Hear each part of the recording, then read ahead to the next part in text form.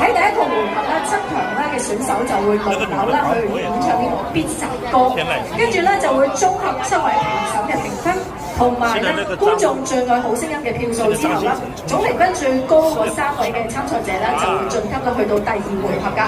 而喺第2回合咧，3強咧佢哋將會輪流咧各自去演唱咧決勝慢歌同埋決勝快歌。之後咧，又再綜合我哋7位評審嘅評分啦，同埋咧誰是冠軍嘅票數之後，得分最高嗰位咧，將會獲得咧中年好聲音3嘅冠軍嘅殊榮㗎。除此之外咧，我哋德福之士咧亦都設有啦觀眾最愛好聲音大獎啊！咁啊呢個獎項咧就係由觀眾喺網上面咧去投票選出㗎。咁啊大家而家見到啦，我哋7強咧手上亦都有個 QR code 啦。咁啊大家咧就可以去 scan 呢個 QR code 去投票，或者可以去到咧 tvb.com 嘅中年好聲音3觀眾最愛好聲音投票專頁度咧去參加呢個投票，每人